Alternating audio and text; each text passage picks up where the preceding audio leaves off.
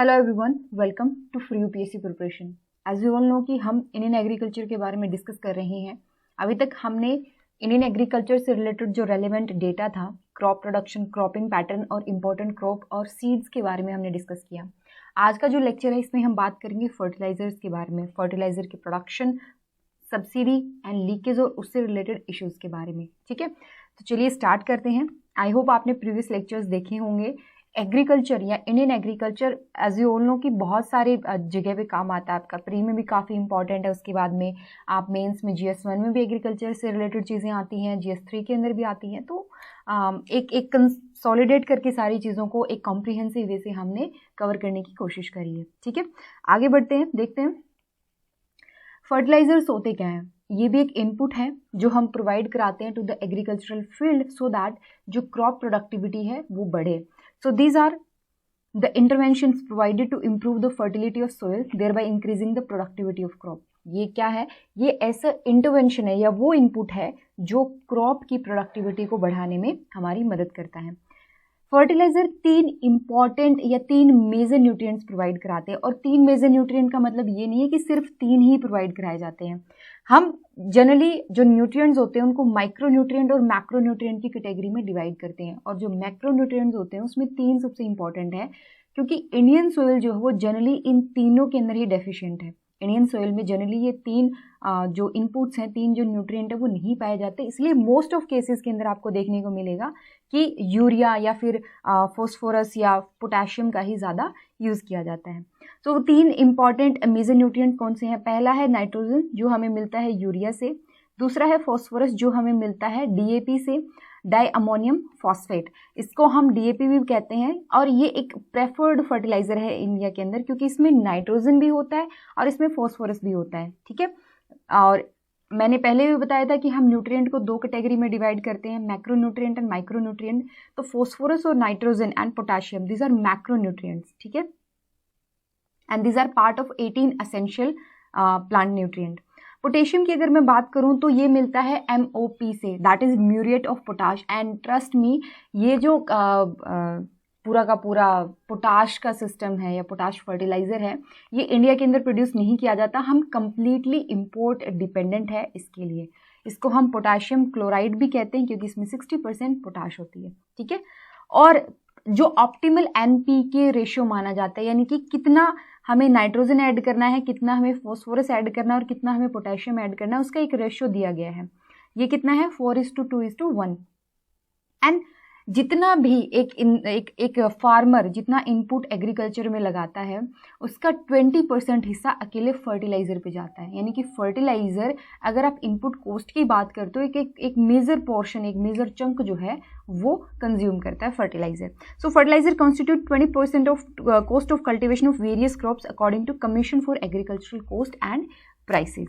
आगे बढ़ते बात करते हैं। Nutrient can be of 2 type, macro nutrients and micro nutrient. Macro nutrient 6 प्रकार के होते हैं, nitrogen, phosphorus, potassium, calcium, magnesium and sulphur. 8 micro nutrients हैं, इनमें आता है copper, zinc, iron, manganese, boron, chloride, molybdenum and nickel. Then Indian soils are generally deficient in nitrogen, phosphorus and potassium, इसीलिए ये प्राइमरी मैक्रो न्यूट्रिएंट्स हैं। इसीलिए जो fertiliser का यूज़ है वो इतना ज़्यादा है इंडिया के अंदर, और आफ्टर ग्रीन रिवोल्यूशन तो बहुत इंटेंसिव वे में हम फर्टिलाइजर को यूज़ करते हैं। तो जैसा मैंने आपको बताया कि NPK को हम प्राइमरी मैक्रो न्यूट्रिएंट भी बोलते हैं। ये जो फर्टिलाइजर सेक्टर है, अगर आपसे पूछ लिया जाए कि ये कौन से डिपार्टमेंट या कौन सी मिनिस्ट्री के अंदर आता है, तो जनरली ये होता है कि एग्रीकल्चर से रिलेटेड फील्ड है तो एग्रीकल्चर मिनिस्ट्री के अंदर ही आता होगा, बट ऐसा नहीं है। ये एडमिनिस्टर किया जाता है by the department of fertiliser under the ministry of chemicals and fertiliser. इस डिपार्टमेंट के अंडर नो फर्टिलाइजर PSU की यूनिट भी इसके अंदर ही आती है। ठीक है, पब्लिक सेक्टर अंडरटेकिंग आती है इस डिपार्टमेंट के अंदर। अब बात करते हैं fertiliser production and consumption in India, and this slide is literally very important for every UPSC aspirant. अब 3 वेरिएंट ऑफ फर्टिलाइजर यूज किए जाते हैं। अब आपको पता होगा कि हमें चाहिए nitrogen, phosphorus and potassium, right. तो नाइट्रोजन हमें मिलता है यूरिया से, पोटेशियम हमें मिलेगा DAP से, और पोटाश हमें मिलता है MOP से। ठीक है, so in India mainly 3 varieties और 3 variant of fertilisers are produced. MOP हमारे यहाँ प्रोड्यूस नहीं किया जाता, इसलिए हम कम्प्लीटली इम्पोर्ट डिपेंडेंट हैं। तो urea, DAP and complex fertilisers को हम यूज़ करते हैं। कॉम्प्लेक्स फर्टिलाइजर में कॉम्बिनेशन ऑफ फर्टिलाइजर्स होता है जिसमें माइक्रोन्यूट्रिएंट भी होते हैं। Urea is the most produced, most consumed and most imported among all fertilisers in India. बात करूँ मैं फॉस्फेटिक फर्टिलाइजर्स की, तो अराउंड 56% इंडिजिनस कैपेसिटी हमने बिल्ड कर ली है, मतलब जितनी हमारी रिक्वायरमेंट है उसका आधा हिस्सा हम डोमेस्टिक प्रोडक्शन से पूरा कर पा रहे हैं। बट अभी भी रॉ मटेरियल एंड इंटरमीडिएरीज के लिए हमें इम्पोर्ट पे डिपेंडेंट रहना पड़ता है। And for potash entire requirement is met through import. Government initiatives की बात करते हैं, तो पहला गवर्नमेंट ने इसके जो प्राइस है उसको रेगुलेट करने के लिए पहला स्टेप लिया था 1977 में, retention pricing scheme. No need to go into the detail of the scheme, just remember the name कि RPS सिस्टम जो है, ये RPS स्कीम इंट्रोड्यूस की गई थी गवर्नमेंट के द्वारा 1977 में, और इसको बाद में न्यू प्राइसिंग स्कीम के द्वारा रिप्लेस कर दिया गया इन द ईयर 2003। तो न्यू प्राइसिंग स्कीम क्या है, जो फर्स्ट आई थी, इसके 3 वेरिएंट और आएंगे। जो फर्स्ट था NPS इन 2003, उसके क्या फीचर थे? इसमें होता है कि फार्म गेट प्राइस जो है यूरिया का, वो गवर्नमेंट के द्वारा फिक्स कर दिया जाता है, और farm gate price and units cost of production ton was reimbursed as subsidy by the government. Farm gate क्या होता है कि आप एक तरीके से मान के चलो कि मार्केट प्राइस क्या होगा, जितने भी टैक्सेस वगैरह है, सब्सिडी जो टैक्सेस वगैरह लग करके, और जितना भी कॉस्ट है और विद प्रॉफिट मिला करके जो प्राइस होगा, वो प्राइस जो गवर्नमेंट ने डिटरमाइन कर दिया कि आपको ये 100 रुपीज़ हमने फार्म गेट प्राइस जो है इस पर्टिकुलर यूरिया के लिए, इस पर्टिकुलर बैग के लिए हमने फिक्स कर दिया। आपकी टोटल प्रोडक्शन जो कॉस्ट है वो थी 80 रुपीज़। तो ये जो 20 रुपीज़ का फासला है ना, ये गवर्नमेंट एज सब्सिडी देती है to the fertiliser producers. Then NPS 1 was followed by NPS 2। NPS new pension scheme भी है, और यहाँ पे न्यू प्राइसिंग स्कीम है, तो थोड़ा कंफ्यूज मत होना। NPS 2 हमने लॉन्च करी 2004 से 2006 के बीच में, और उसके बाद में थर्ड वेरिएंट आया हमारे पास 2006 में, ठीक है। उसके बाद में 2014 तक NPS 3 चलती है, फिर हम 2014 के अंदर मॉडिफाइड NPS 3 को कंटिन्यू करते हैं, ठीक। Then there are certain limitation in the above product based subsidy regime in terms of market distortion, illegal exports, rising prices of input material etcetera. Present day fertiliser sector में बहुत सारे issues हैं। इनमें से कुछ है कि मार्केट डिस्टोर्ट हो रही है, इलीगल एक्सपोर्ट्स हो रहे हैं, इनपुट मटेरियल की जो कॉस्ट है वो बढ़ रही है।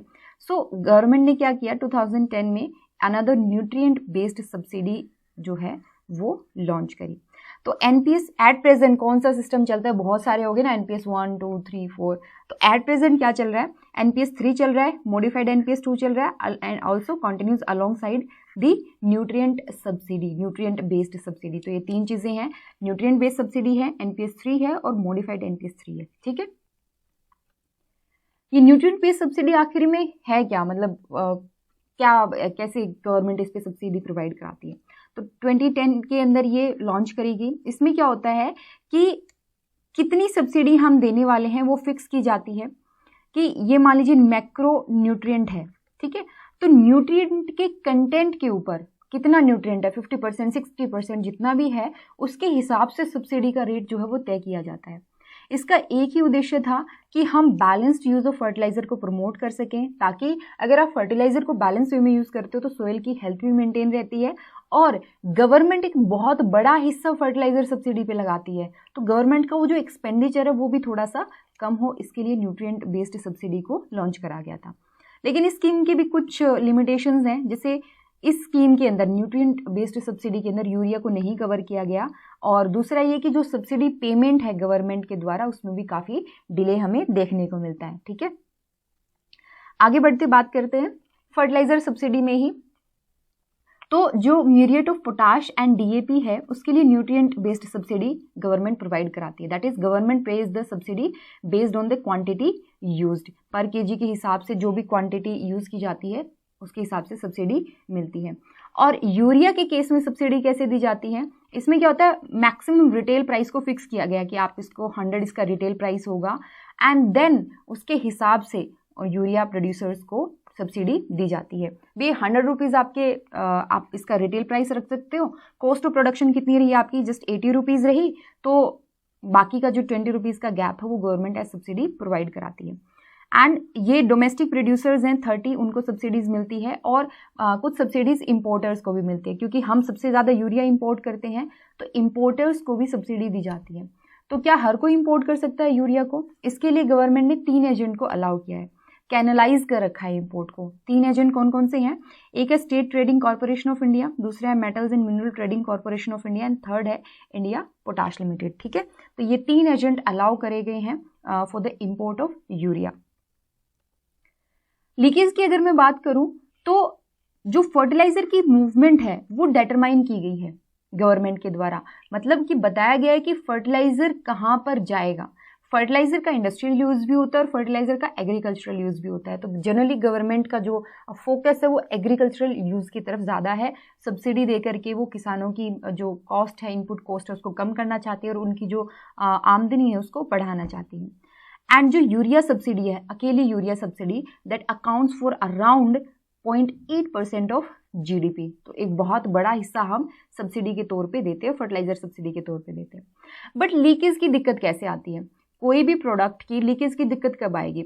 You need to learn one thing कि एक प्रोडक्ट और एक ही प्रोडक्ट की एक ही कंट्री में अगर 2 से ज़्यादा रेट होते हैं तो ये लीकेज होगी। फॉर एग्जाम्पल, मान लीजिए कि एक स्टेट के अंदर, जैसे हरियाणा के अंदर कोई चीज़ 100 रुपीज़ की मिल रही है, वही चीज़ राजस्थान में 140 की मिल रही है, तो 40 रुपीज़ का जो गैप है, ये गैप ही लोगों को अट्रैक्ट करता है ब्लैक मार्केटिंग के लिए और लीकेज के लिए। ठीक है, so one produce one price होना चाहिए, और अगर प्राइसेस अलग अलग होंगे then leakage will happen.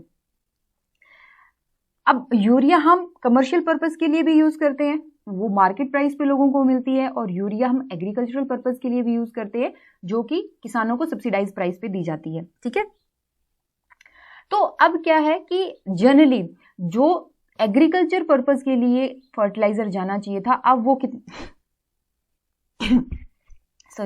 Market price पे जो चीज जानी चाहिए थी, अब वो सब्सिडाइज प्राइस पे भेजी जा रही है through black marketing and illegal तरीके से उनको भेजी जा रही है। तो इश्यूज मैंने आपको अभी बताया, ब्लैक मार्केटिंग होती है, छोटे फार्मर्स बहुत ज़्यादा अफेक्ट होते हैं, इनएफिशिएंट सब्सिडी दी जा रही है खास करके डोमेस्टिक मैन्युफैक्चरर को, इसीलिए लोग इंपोर्ट ज़्यादा कर रहे हैं, इंपोर्ट पे ज़्यादा ध्यान है, और यूजेस में काफ़ी डिस्पैरिटी आपको देखने को मिलेगी थ्रू आउट द कंट्री। ऐसा नहीं है कि फर्टिलाइजर का यूज सिमिलर ही है। जैसे 92% ऑफ फर्टिलाइजर कंजम्पशन 13 स्टेट के अंदर ही कंसंट्रेटेड है, मतलब 92% ऑफ फर्टिलाइजर वो just half of the country के अंदर कंज्यूम कर लिया जाता है, बाकी कंट्री के अंदर ऑब्वियसली फर्टिलाइजर डेफिशिएंसी हमें देखने को मिलेगी। And more than 1/4 of fertiliser consumption occur in the area of green revolution, यानी हरियाणा, पंजाब, वेस्टर्न यूपी वाला जो रीजन था, वहां पे 1/4 ऑफ फर्टिलाइजर कंजम्पशन होता है। और मैंने आपको शुरू में बताया था कि जो कंजम्पशन पैटर्न है या जो एनपीके का सही रेशियो है वो है 4:2:1, लेकिन जो हम यूज करते हैं वो क्या है 6.7:2.4:1। तो ये डिस्प्रपोर्शनेट यूजेस है, जिसकी वजह से सोइल हेल्थ काफी इम्पैक्ट होती है। अब लीकेज को बचाने के लिए मैंने आपको बताया कि जो चीज एग्रीकल्चर पर्पस के लिए जानी चाहिए थी, अब वो इंडस्ट्रियल पर्पस के लिए जा रही है। तो गवर्नमेंट ने एक इनिशिएटिव लिया और ये कहा कि जितना भी हम जो सब्सिडाइज्ड यूरिया है उसके ऊपर हम 100% नीम ऑयल की कोटिंग करेंगे। कहने का मतलब ये था कि जितना भी डोमेस्टिक या इंपोर्टेड यूरिया है उसके ऊपर 100% नीम ऑयल के द्वारा कोटिंग करी जाएगी। ठीक है, इससे क्या होगा कि जो डाइवर्जन होता है from agriculture to non agricultural sectors, वो डाइवर्जन में हमारी काफ़ी हेल्प होगी। देन अगर कोई कंपनी मान लीजिए नीम कोटेड यूरिया दे रही है तो वो 5% एक्स्ट्रा चार्ज कर सकती है। ठीक है, ये गवर्नमेंट के द्वारा बताई गई प्रोविजंस हैं। देन ऑब्वियसली ऐसा हुआ भी है कि जो डाइवर्जन था वो रुका है after the introduction of mandatory policy of production and distribution of only Neem coated urea. ठीक, अब नीम कोटेड यूरिया का एक फायदा ये है कि जो सोइल हेल्थ है वो भी काफी हद तक जो नेगेटिव इम्पैक्ट है फर्टिलाइजर का वो कम हुआ है।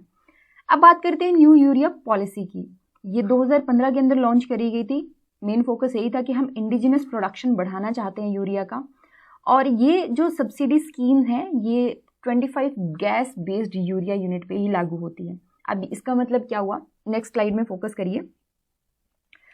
हमारे यहाँ अराउंड 31 यूरिया मैन्युफैक्चरिंग प्लांट है, ठीक है, डेटा मेरे पास 2019 का है। 31 यूरिया मैन्युफैक्चरिंग प्लांट है, जिसमें से 28 प्लांट जो है वो नेचुरल गैस यूज करते हैं और 3 प्लांट जो है वो नाफ्ता यूज करते हैं। नाफ्ता भी एक पेट्रोलियम बाय प्रोडक्ट ही है।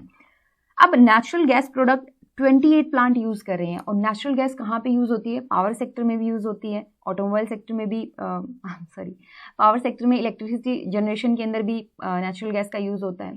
तो वो एक कंपटीशन फेस कर रहा है, फर्टिलाइजर सेक्टर को अब एक कंपटीशन फेस करना पड़ रहा है फॉर दी नेचुरल गैस।